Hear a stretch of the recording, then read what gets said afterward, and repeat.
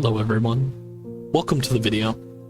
Today we'll be talking about the relationship between Kaneki and Touka and why they work so well. Many fans believe that Kaneki and Touka's relationship may have been rushed or kind of forced in at the end. I personally think the opposite. In fact, I think Tokyo Ghoul spent almost the entire story preparing these two for each other. To understand why, we need to look at the emotional scars both these characters carried long before they met or became a couple. Let's start with Touka. At the start of the anime, we see her as a slightly aggressive girl who takes lead when she needs to. We see this in various early interactions with Kaneki and other characters like her friend. The reason she has this wall of strength is due to every male figure in her life abandoning, betraying, or generally just not being there for her. Here are a couple examples. To start with, Touka's father, Arita.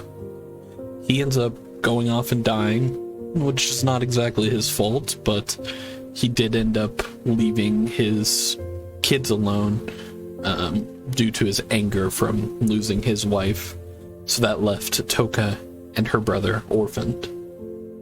Touka is then taken care of by her uncle Yomo, but he took care of her in a way an uncle would, more physically, making sure she's eating and keeping her safe. But due to his own issues, he is not a very emotional person, and he didn't give her the things she needed as any child does.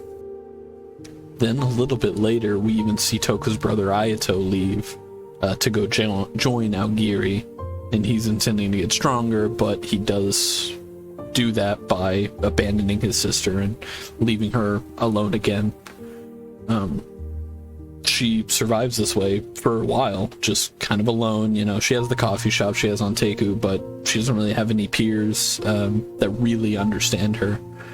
But at this point, Kaneki is introduced, someone she sees as a weakling and a coward, and she's definitely not able to open up to somebody like him, but over time, he proves her wrong by staying by her side and supporting her even when he is petrified. He wants to live as a normal human, but he will still support her, even when she does intend to go out and kill investigators, which he is completely against. Most of this time of them is spent together mostly by force. They're hanging out. She's teaching Kaneki about the ghoul world, so there's not a whole lot of romance side of things, but we do see them hanging out a lot until he is kidnapped. Kaneki is tortured and decides to leave to protect her and her way of life. She wants to go to college. He doesn't want to involve her in his new goals, which is to get stronger, make this group, and do some things that would put her in a lot of danger. This is still a major betrayal to her. She's always being left by people. But after they have a reconciliation on the bridge, she does observe that he's lying about how he truly feels and that he'd be okay without her, which is what he tries to say. She's very disappointed, but left knowing that this time it's not a true abandonment. It's just someone saying, "See you later." Although, even after all she's been through, more tragedy happens. During the owl suppression raid, she ends up losing both Kaneki and her grandfather, essentially, in Yoshimura, thinking that both have been killed. And as far as she knows, both have been. They both disappear. She doesn't know anything about where either of them ended up. For now, though, we're going to return to them meeting again when their romance truly starts. But first, we need to talk about some of Kaneki's emotional scars. Kaneki was constantly betrayed and beaten down by women in his life. From a young age, his mother beat and neglected him, making him very docile and putting into his mind a very specific lesson. It's better to take pain than for someone else to be in pain. While he did forget these memories for majority of the story, he never really forgot that she basically betrayed him as a child. After his mother's death, Kaneki went to live with his aunt. The same aunt that pushed Kaneki's mother to work herself to death. And at first, everything with his aunt was okay. That is, until the aunt also started neglecting him. She thought that he was trying to be better than her son.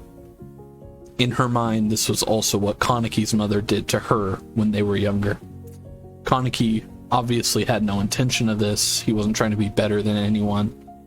But eventually he was left to fend for himself, even when he was in his aunt's care, basically just giving him a roof over his head and saying, good luck, you're gonna go find your own food, I'm not dealing with you. As far as we can tell after this point, he doesn't talk to really anybody. Obviously Hide is one of his main friends that he makes when he's young, but we don't really know anybody else.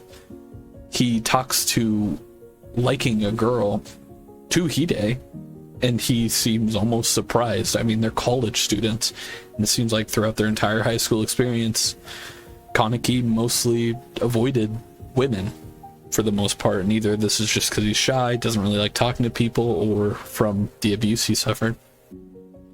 Of course, this is when he meets Rise, the third woman to betray him. We all know he goes on a date with her that goes very south. This turns him into a ghoul. The betrayal is obvious. Rise disguised herself as somebody who liked him, and they went on a date, and then she tried to eat him. So he becomes a ghoul. At this point, his brain, even if he doesn't realize it subconsciously, he has to just feel like women are scary. Women are bad news. You know, I don't have anybody in my life. Hide is the only person I care about.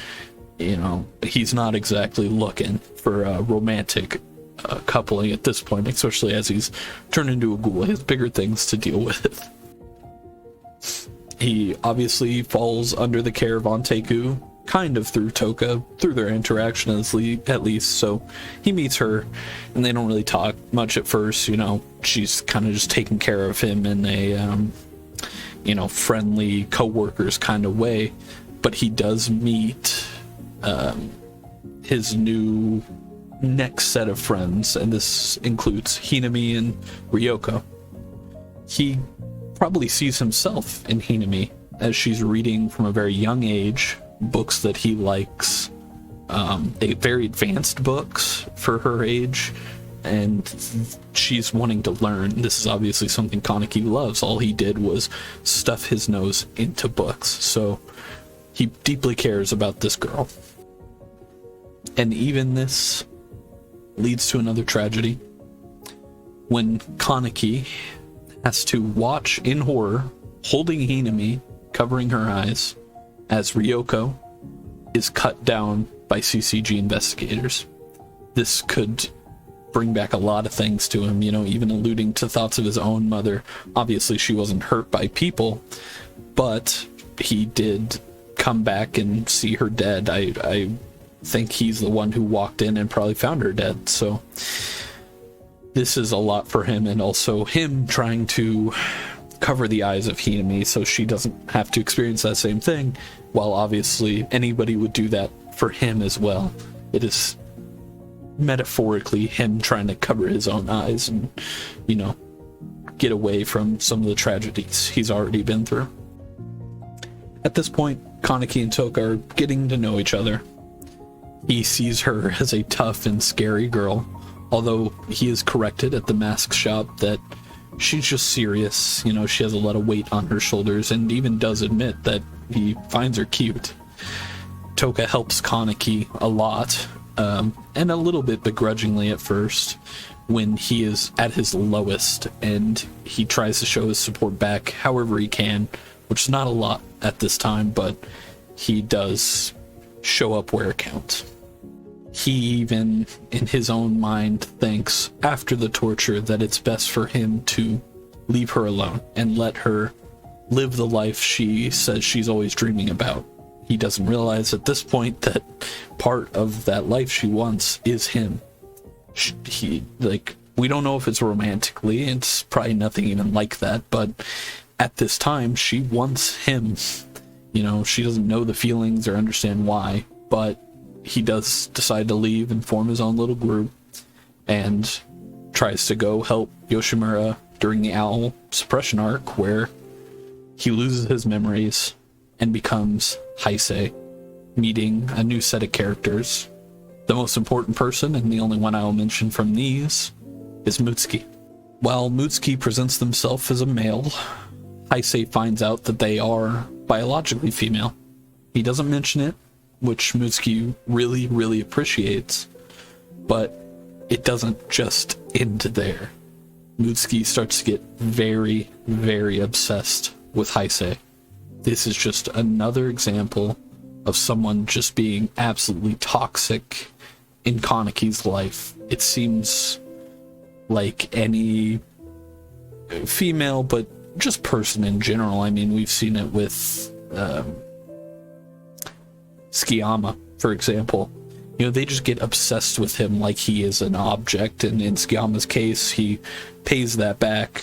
But with Mutsuki, of course, they go to great lengths to get Heisei back when Heisei isn't really there. It's Kaneki. Enough of me rambling, though.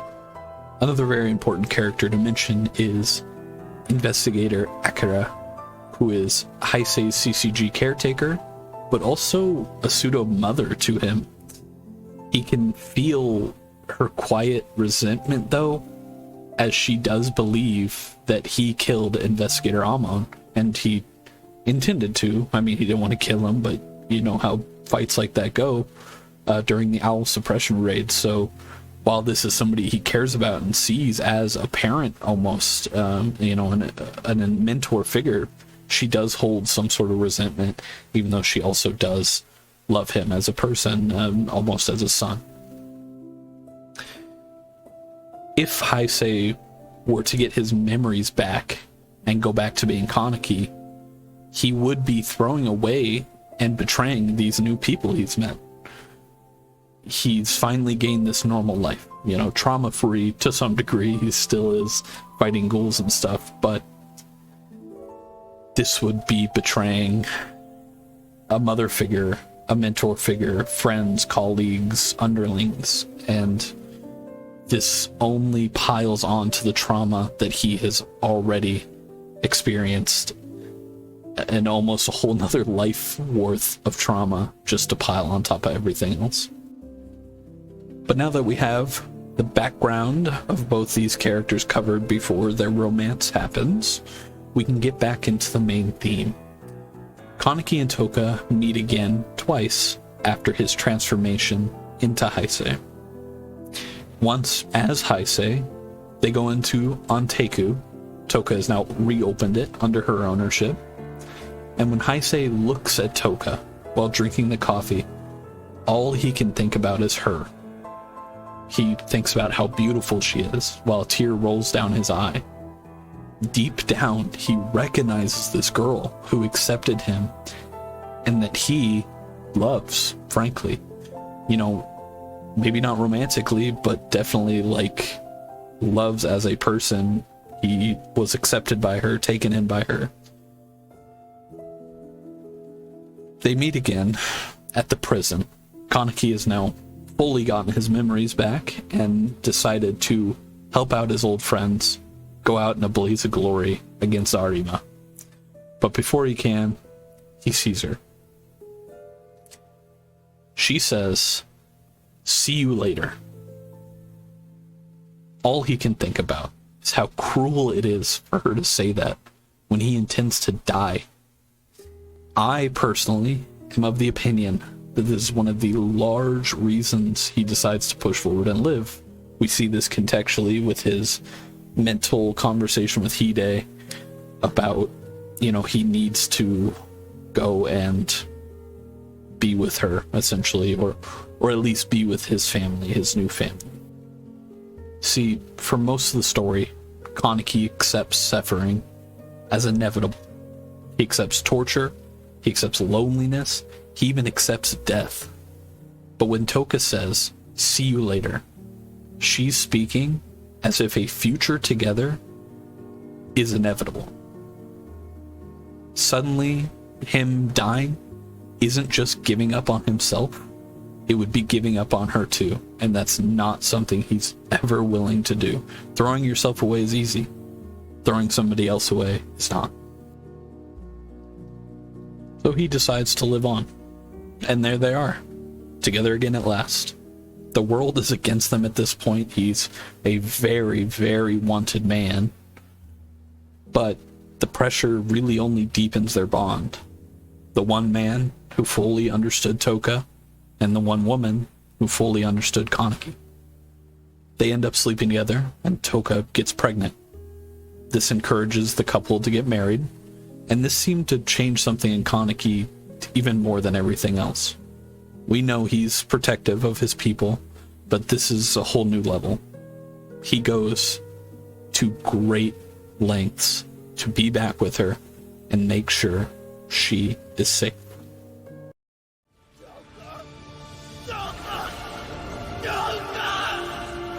Teacher, I just...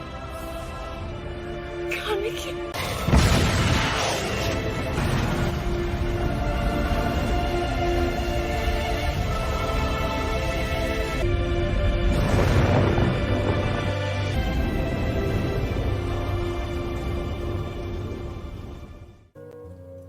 Kaneki is gone again. He's somewhere in Dragon. At this point, Touka fully goes wife mode, does everything she can to save her now husband, even bridging the gap between the ghouls and the CCG, something that was thought impossible. I mean, of course, the CCG and the ghouls are enemies. How could you ever? But she pushes through that wall to save Kaneki. She does. Kaneki is done. He gets pulled out of Dragon. They save the day, which I won't get into here, as this is already getting long enough and does not pertain to their relationship, but the day is saved. Touka, Kaneki settle down together, have their child with the second one on the way. Through all their hardships, being able to lean on each other, for both of them having a rock to lean on that they thought they'd never have. Touka needed someone who wouldn't leave. Kaneki needed someone who wouldn't betray him. Neither of them believed that person existed, even by the age of teenage years. They found each other, though. This is why I think Kaneki and Touka needed each other. Why their relationship wasn't rushed, wasn't forced, but one of the best written connections in the entire story.